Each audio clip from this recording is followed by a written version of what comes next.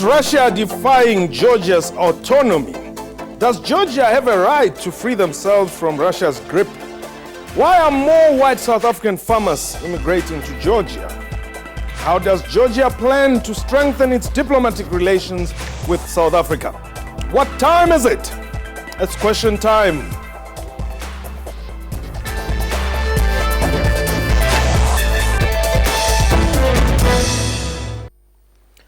Hello and welcome to the show. My name is Mpho Tsedu.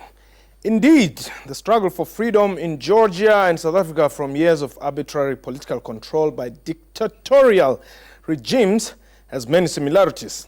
While Georgia finally fulfilled their independence dream from the then Soviet Union in 1991, South Africa found its hard-fought freedom in 1994. Therefore, 2014 only marks South Africa's 20 years of freedom, but also the 20th anniversary of establishing diplomatic relations between the two countries.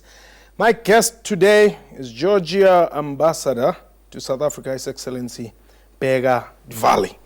Good day.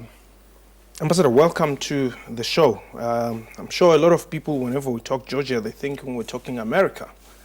And I think we need to emphasize that we're talking the Republic of Georgia. Thank you very much. I'm honored to be your guest and to have the first opportunity ever for Georgian ambassador to have opportunity to speak to you and to your audience. Are you defying Russia, or is Russia defying you? I would say that Georgia has regained its independence just after collapse of Soviet Union. Otherwise, Georgia has centuries-old history of independence and its own statehood, which was regrettably interrupted twice in the beginning of 19th century by Russian Empire and then by Soviet Empire, as we call it, in 1921. Yes. And after collapse of Soviet Union, we regained our independence, and after that we have been progressive quite diligently, quite strongly towards building up our state based on the rule of law and democracy. And of course, along the way, regrettably, we have observed that Russia has been defying our independence and has been doing many things to undermine our independence and statehood. What informs the acrimony between the Republic of Georgia and Russia? But Russia just back in end of beginning of 19th century, the Russian Empire approached our northern borders to northern Caucasus, and possibly that was empire politics. By then, they started to actually undermine our statehood. Initially, we made a kind of agreement with them. It was supposed to be a protectorate for Russian Empire to protect Georgia from other invading forces, but actually what happened in the beginning of 19th century, they just occupied our country and cancelled the Georgian statehood altogether. But they haven't. I mean, they recognize the fact that you exist. They're just saying that whereas you exist, they also recognize your other nemesis, the two other provinces in the Republic of Georgia. These two provinces, when we regained independence after collapse of Soviet Union, from day one actually, our northern neighbor, to our regret, started kind of covert proxy war against Georgia, supplying with arms our separatists in two provinces of Georgia and doing many things to undermine our statehood. But the things that we observe nowadays, what is happening in eastern Ukraine, many things remind. We have about these things, we have kind of deja vu, because the same type of things were happening in the beginning of 90s against Georgian state, when Russian operatives were sending arms to separatist regions and some groups, militant groups in Georgia, and eventually they took over those territories, and it resulted in ethnic cleansing. Ethnic cleansing happens in those two territories, where hundreds of thousands of Georgian ethnic Georgians were, and not only Georgians, but mostly Georgian ethnic Georgians, hundreds of thousands of them were just forcibly expelled from those territories under terror and under threat of killings, and a lot of summary executions also happened those times. But you're not very clean yourselves as the Georgian government. You have also done your little bit of destruction. Could you be specific? I don't think so. Okay. In those two territories, you also fought battles and you killed a lot of people. I mean, the EU actually even found you guilty. I would kindly disagree with this Did premise. you also disagree with the European Union report? I don't think that European Union report implies this, what you just mentioned. Okay. Because European Union report, if you are referring to international fact-finding mission which was established and they wrote report, it is already relevant to 2008 events. But in that report there is very well documented references to ethnic cleansing that happened, that was masterminded by Russian Federation, and this report exactly details very well what kind of injustices were done to Georgian state from the day one. But it also details how much you started that unrest. I don't think that this report says exactly that.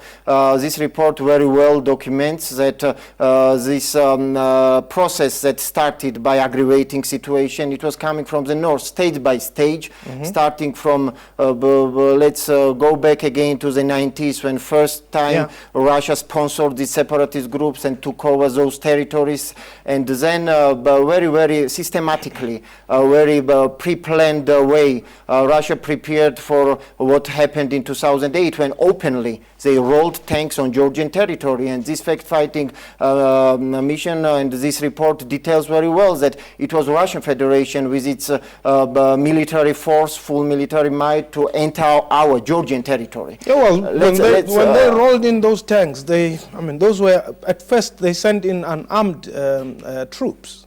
But I wouldn't say so, but what was happening in the months and years before this invasion, Russian fully-fledged invasion against Georgia, what was happening there was shelling of Georgian villages, and a couple of terrorist acts happened, even bombing Georgian territories. And we must bear in mind that Georgia, as much as the Russian Federation, as much as South Africa, we all of us are the states, members of international community. We have our sovereignty, our territorial integrity, and when this sovereignty and territorial integrity is infringed, every nation has a right of self-defense. This is what we were doing, and back in 2008 we used our right of self-defense against incoming and invading forces.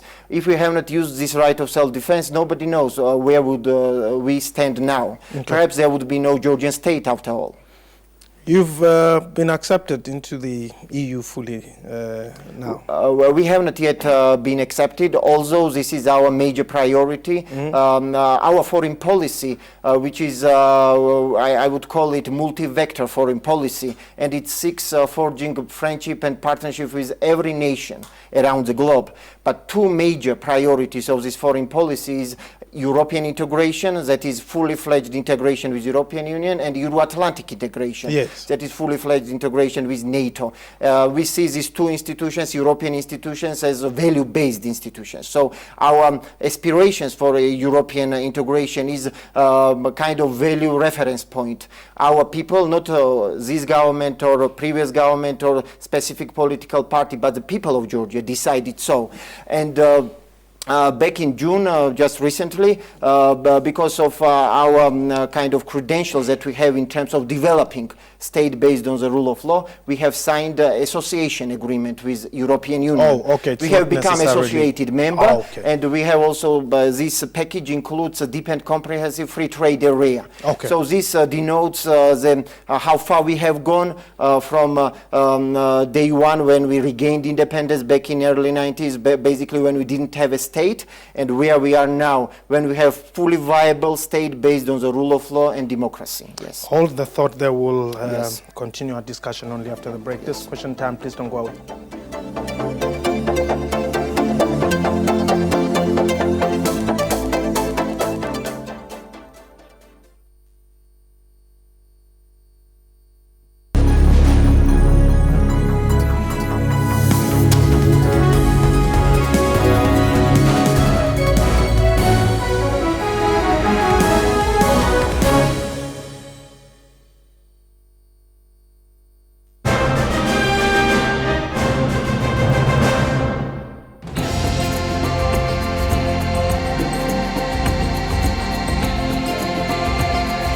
dread hurting people through my findings and have them lose their jobs and livelihood. But I stand for what is right. We need a bolder vision where we're not going to be apologetic. We must be bullish and occupy the space that we believe exists for us. We salute women.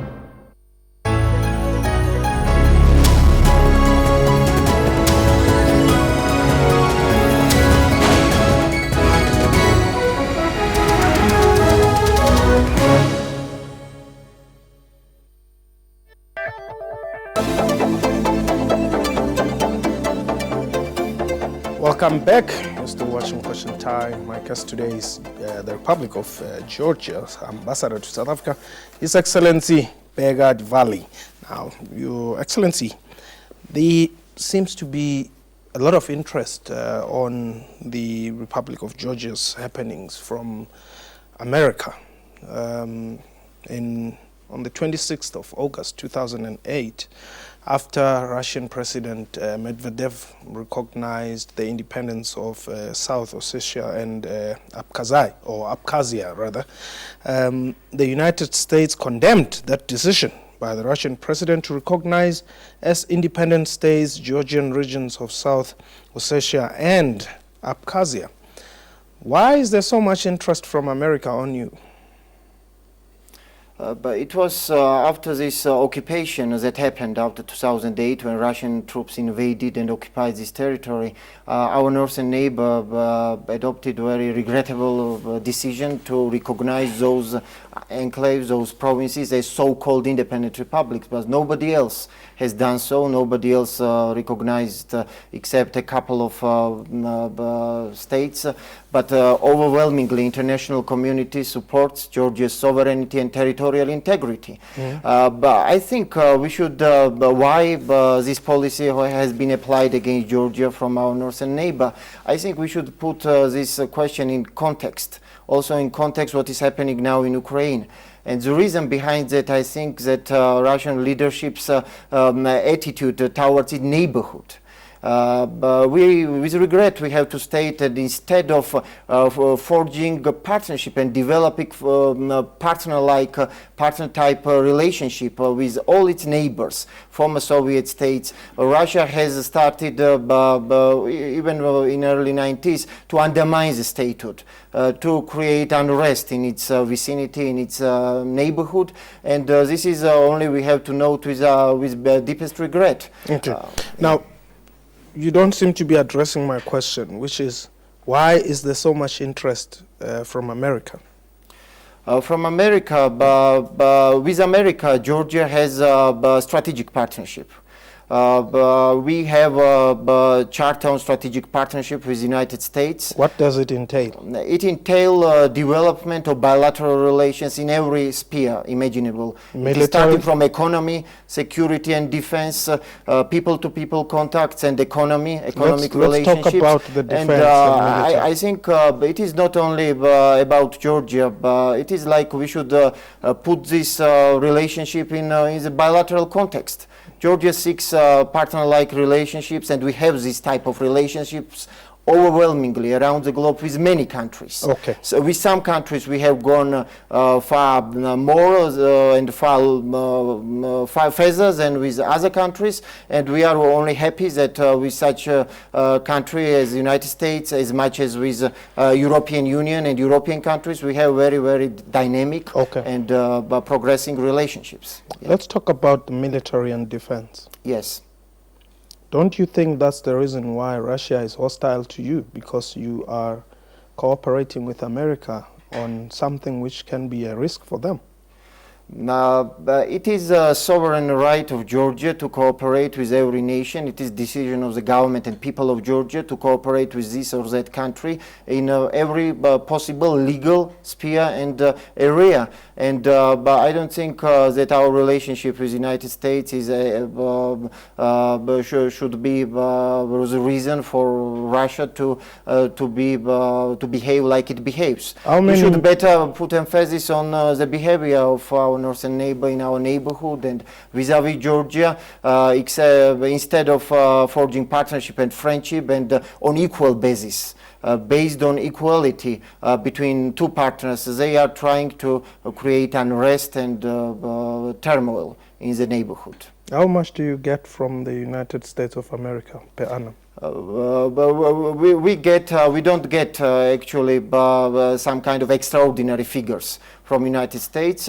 I think that this is emphasis that is totally diverts attention of many towards the hardcore issue that we look at. That on the one hand, the United States and our European partners support democracy and rule of law and protection of human rights in Georgia and in the region, while the role of Russia is only destructive so far in the neighborhood. The reason why I'm saying this is Yes. because I want to put it to you that the reason for the continued conflict between yourselves and Russia is informed by the nature of your relations with those whom Russia regard as challengers or competitors. I think it is the biggest problem that Russia has because our major segment of our relationship with, again, you mentioned United States or with Europe, it is more focused on economic dimension or human rights dimension and democracy development dimension.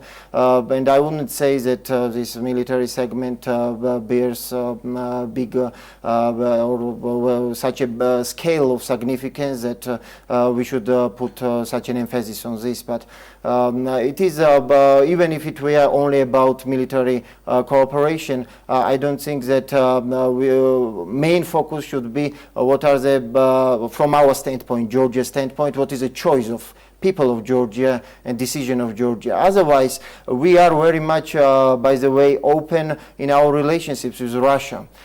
Even despite these occupations that is going on, despite these problems that we have with the so-called recognition of the independence of these so-called two enclaves, with Russia we have been remaining very open in terms of economic relationships, in terms of people-to-people contacts. So we have a quite open approach to this. Okay. And hardcore political and security issues that we have with Russia, we try to decide and resolve through international talks, which is called Geneva International Discussions. While with Russians, we also speak bilaterally through special envoy of our Prime Minister. We speak on humanitarian, economic, trade issues, and we have a couple of breakthroughs in recent years. Yeah.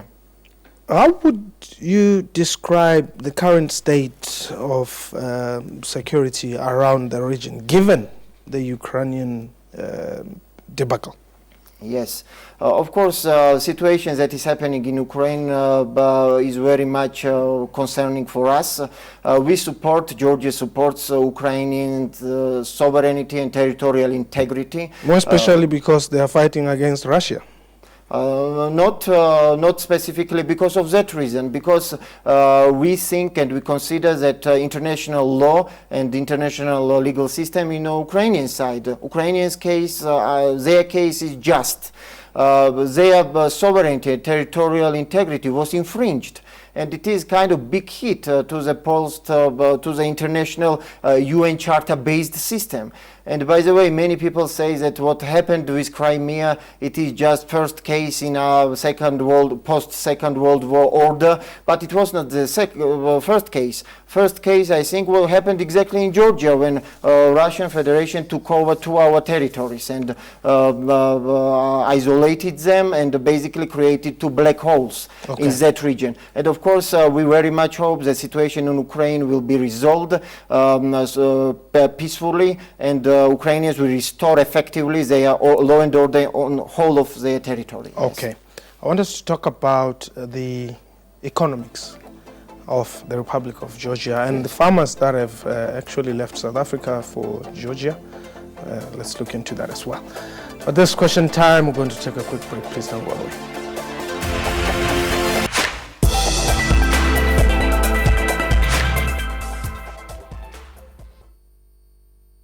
SABC, sharing 20 years of inspiration. Zoom into Africa. This is Seychelles. The president is Mr. James Michel James. Seychelles got independent from United Kingdom on 29 June in 1976. The population is over 80,000 people. One of the major languages spoken is English. Monetary unit is the Seychelles rupee. SABC, sharing 20 years of inspiration.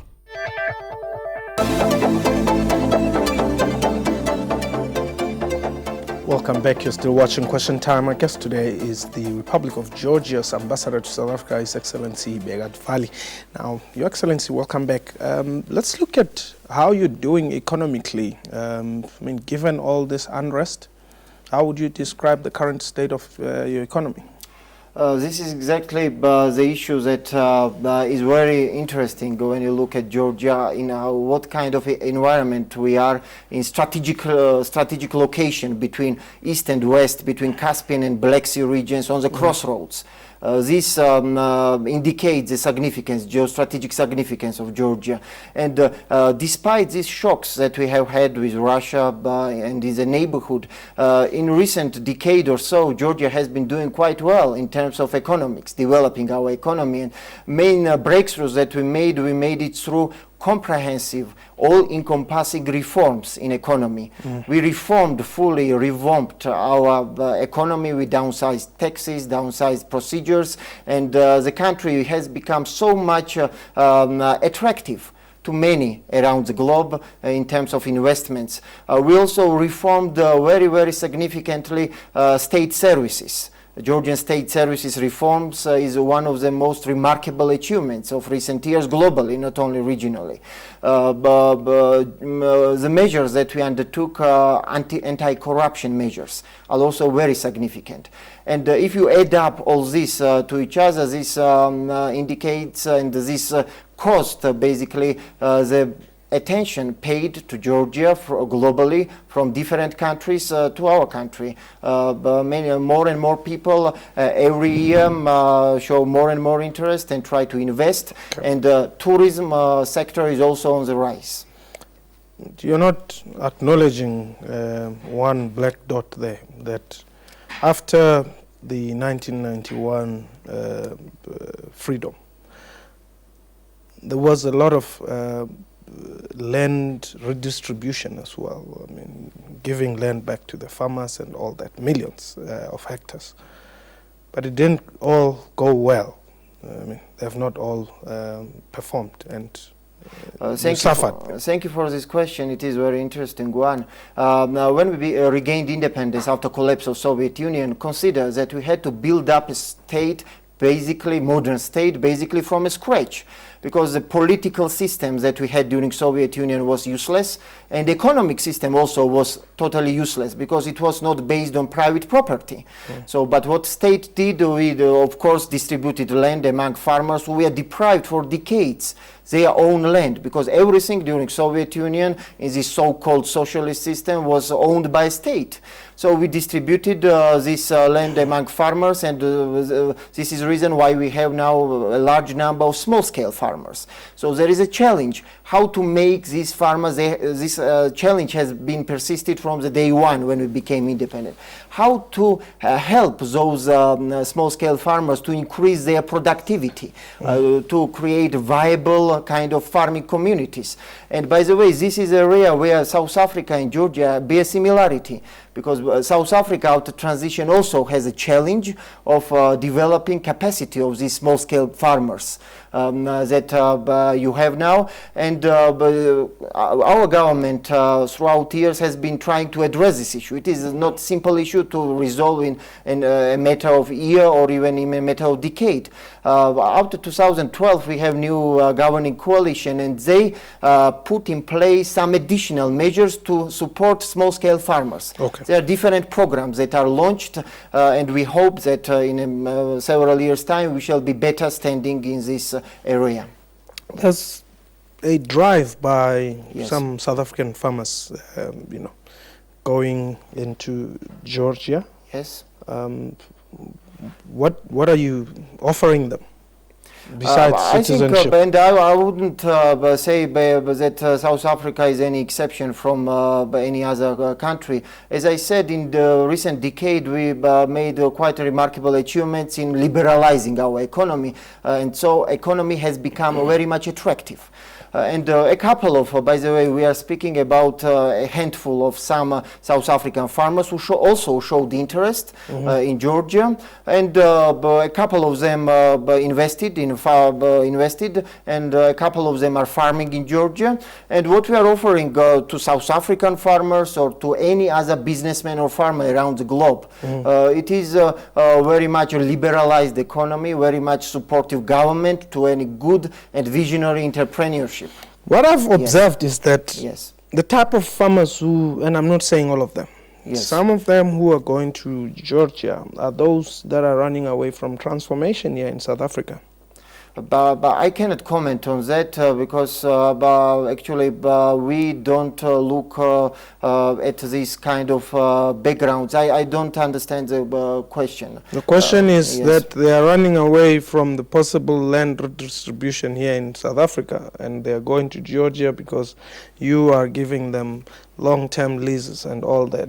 But I wouldn't. But I would disagree with you that we are offering to South Africa or to any other nation or any other entrepreneur. There is no discrimination of any kind, Right. and we are just generally open, liberalized economy. And of course, it may be South African or American or a European farmer or Indian farmer who will come and do business in Georgia, and we are very open in this. What is the, or how would you describe the relations between the Republic of Georgia and the Republic of South Africa? I would, 20 years ago, last year we celebrated the conclusion of diplomatic relations between two countries, and I would describe it as dynamically developing. Only a couple of years that the Georgian embassy is here in Pretoria, and I arrived just less than 2 years ago. And but our policy is to develop partnership, to develop friendship with South Africa in every area possible, starting from political dialogue, cooperation on international fora, also going to economic interaction, trade, cultural exchanges, education, and from day one, after my arrival to Pretoria, I think we have made quite remarkable and interesting advances. For now, our trade figures may not be significant. Our interaction may not be as high as with many other countries South Africa has, but I'm very optimistically inclined, and we are looking forward to deepened relationship. Your Excellency. Thank you very much. You're welcome. That was question time for today. A big thank you to my guest and to you for watching the show. We welcome your feedback via email, questiontime@sabc.co.za, our Twitter handle @questiontime24. From me and the crew, have yourself a wonderful time. Goodbye.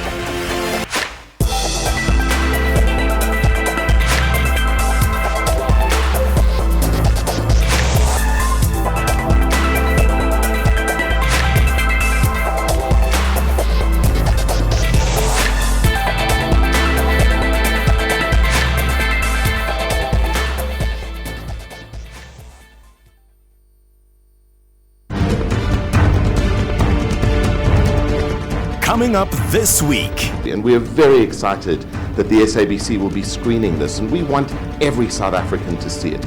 It's obligatory. We all need to know this history. We cannot plot our future as Africans if we don't know where we come from. And we can never plot our future if we don't pay respect to the people who've helped us. Join Refilwe and Eloise on Film South Africa every Friday at 17:30 CAT.